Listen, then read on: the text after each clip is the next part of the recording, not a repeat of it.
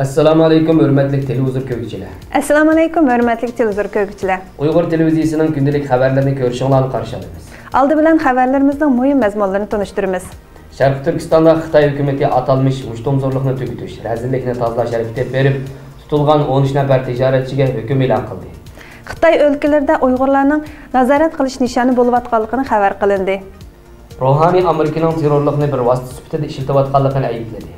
Türkiye tantarbiya mahirləri dünya səhnəsində arqa-arqadan çempionluğa erişdi. Tövəndə diqqətinizə xəbərlərimizdən təfsili məzmunları olsun.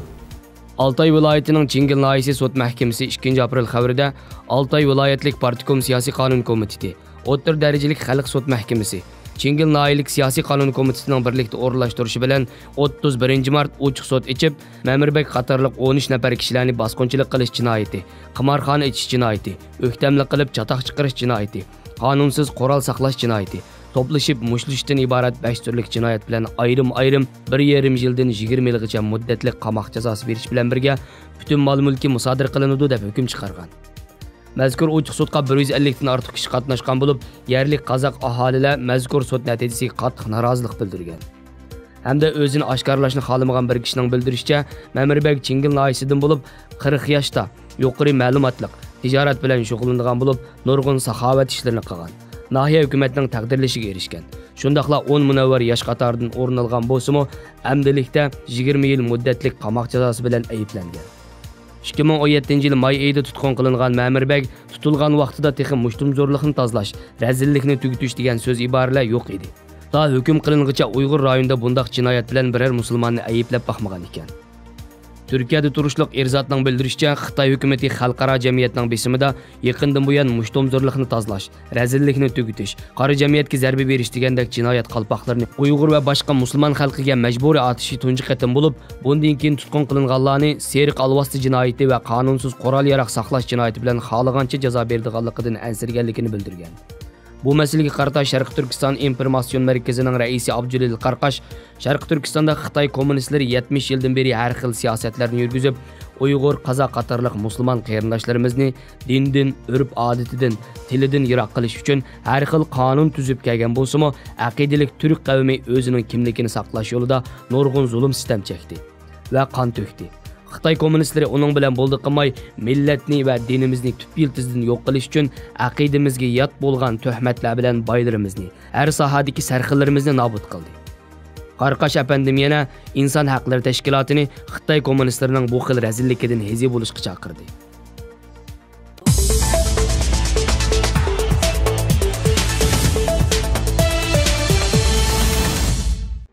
Zimistan to'g'ri 8 aprel kundagi xabarda yaqinda Xitoy o'lkalik jamoat xavfsizlik idorasining ishki qurultay ruhini o'rganish yig'inida terrorlikqa qarshi turish haqida qilingan muzokara planining mazmuniga erishgan. Mazkur planda ko'rsatilishicha, har qanday bir kishining Uyg'ur millatidan bo'lgan birini bayqab qolsa, uni darhol terrorlikqa qarshi turish ishxonasiga xabar qilishi va Uyg'urlarni nazorat qilish xizmatlarini yaxshi o'rinlashtirish yo'l yo'riqi berilgan ekan.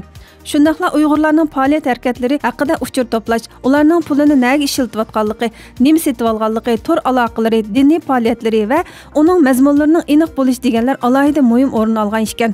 Buningdan boshqa yana Foyan shahridagi mehmonlar va to'rxonlarga Uyg'urlarni ko'rsa ma'lum qilish haqidagi uqtirishlar tushirilgan bo'lib, xiloflik qilganlarning terrorlikqa qarshi turish qonuni bo'yicha jazolanganligini ogohlantirilgan.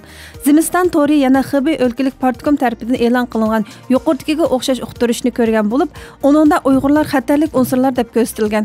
Zimistan to'ri yana Xibey o'lkalik partikom tarafidan e'lon qilingan yuqoridagiga o'xshash uqtirishni ko'rgan bo'lib, uningda Uyg'urlar xatarlik unsurlar deb ko'rsatilgan.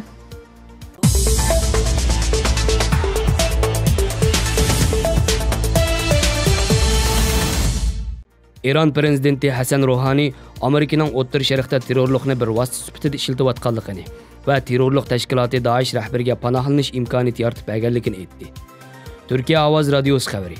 İran prezidenti Hasan Ruhani poytaxt Tehronda davlatlik yadro texnik bayram munosabati bilan o'tkazilgan marosimda so'z qilib, İran inqilob muhofizatchi armiyasini Amerika hukumatining terrorlik tashkiloti deb e'lon qilishining xatolik ekanligini aytib, mutakabbir dunyo kuchlari va Amerika İran inqilob muhofizatchi armiyasini terrorchi deb e'lon qilish orqali Iranning oldida yengilganligining va nafratining o'rnini to'ldirmoqchi bo'lyapti. Bu xatolik İran inqilob muhofizatchi armiyasini texnik kuchlantirdi. Amerika Daesh rahbariga panohlanish imkoniyati yaratib bergan bo'lsa, İran İnqilab muhofizatchi armiyasi Iroq va Suriyada ularga qarshi kurash qilmoqda degan.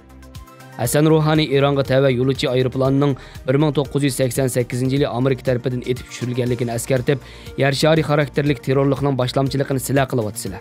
Paris qo'ltig'ida Iron yo'lovchi aeroplanini 1988-yili qaysi kuchlar etib tushirib o'tgan edi.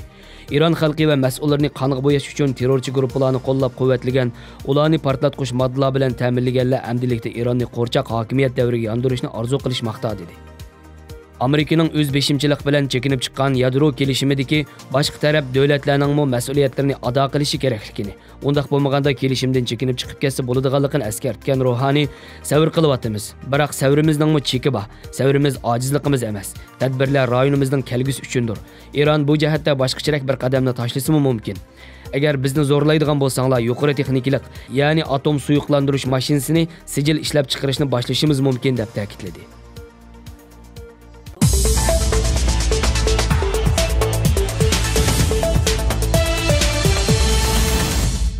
Türkiye tenharkatchilik chempion bo'ldi. Indianapolis shahrida o'tkazilgan 19 davlatdan 160 nafar tantarbiyachi qatnashgan Yevropa meyiplar suv uzish dunyo musobaqasida Turkiya komandasining Sümeyye Boyachi 50 metr o'ngda uzish turi bo'yicha birinchi bo'lib oltin medalga erishdi. Gruziyaning Batum shahrida o'tkazilgan Yevropa og'irlik ko'tarish musobaqasida Turkiyadan Daniel Ismailov 67 kilogramliklar bo'yicha 147 kiloni uzib ko'tarishda birinchi bo'lib oltin medalga erishdi. Ko'rganingizga rahmat. Görüşkice aman bulanlar. Hayır, hoş. Allah emanet.